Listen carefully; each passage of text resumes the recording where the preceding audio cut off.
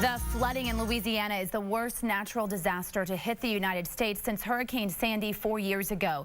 But that's not stopping President Obama from ending his vacation early. At least 13 people have died and more than 60,000 homes are damaged in the devastating flooding.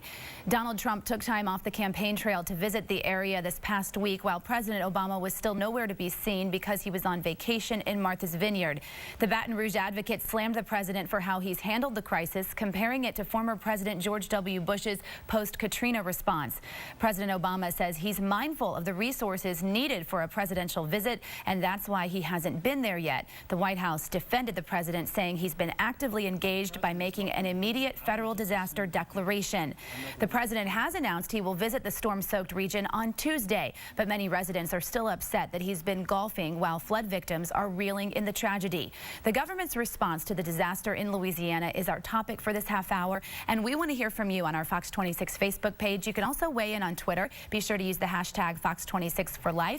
Joining us live in the newsroom is our panel, led by our senior legal analyst Chris Tritico, Democratic media consultant Mustafa Tamiz, and Republican strategist and public policy analyst Jackie Bally. What do you think of the side-by-side comparison of these two disasters, Katrina and now the flooding? Well, first, we have to go back for a little history lesson. George Bush was roundly criticized for the government's response to Katrina, and it took for how long it took for them to even recognize there was a problem. And it was only then, after that extreme criticism, that the government moved in. But the problem the president has is the visual here, that you're having this problem in Louisiana, and they're showing every day you see the president playing golf. That's the issue.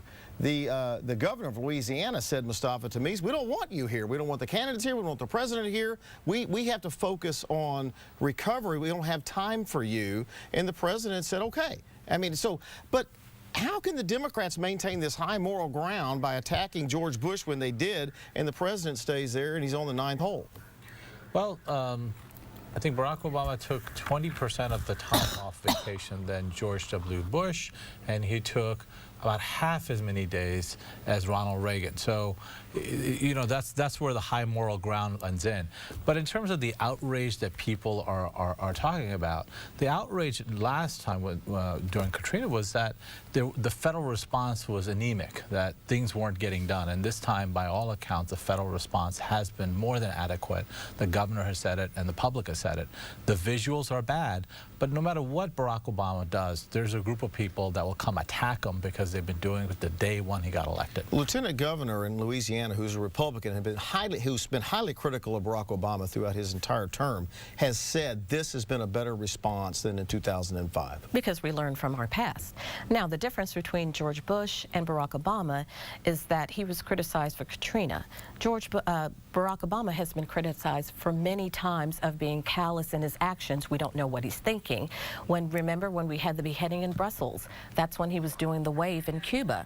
And then on other incidents that we've had where America is looking to our president for some kind of compassion. He's either doing the tango in Argentina, doing the wave, or on vacation. So the difference is it's repetitive behavior when things are happening, disasters are happening. We look to the president for comfort, but he's doing other things. What about that? I mean, should the president leave vacation every time he's out of town and go right back to the White House? Look, I mean, the president, wherever he travels, has the White House with him because he's able to do so many things because of staff and other people that are there. But this president has took us through Sandy Hook when young kids were gunned down in a school. He's taken us through officers being shot in Dallas most recently. To say that he's callous and unfeeling and doesn't know how to take a nation through any kind of a grief just doesn't relevant to the facts that we've seen over the 8 years of presidency. Let me go to Sally. She's monitoring our social media. Well, Chris, you mentioned the striking visuals, and those have become apparent on social media. There have been so many different memes that have been tweeted out as we check Twitter right now. This tweet from Barney Franken, you can see he says, "Where's Obama? Yes, Obama's going to visit the flooded area. I wouldn't get too excited, though. He's only playing through," and they photoshopped him on top of a car there in a flooded roadway. This person says, "The president did what was needed for Louisiana flood victims. No fake political move is needed from Trump. He needs to stay stay home. And then this person adds, what people don't understand is the president going to Louisiana would take resources away from emergency services. And one more from one of a state representative out there. He says, today's schedule, the media is going to stalk Lochte, Obama's playing golf, and Trump will visit the victims of the flood.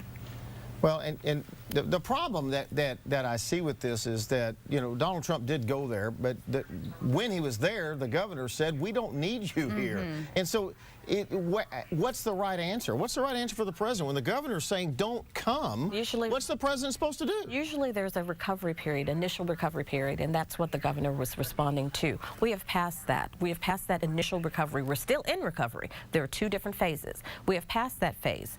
The reason why, again, the president has been getting criticism is because this is not the first time when a disaster has happened that he has been, and I do not know what he's thinking, but his actions do not show the compassion that a majority of Americans would like to see from our president.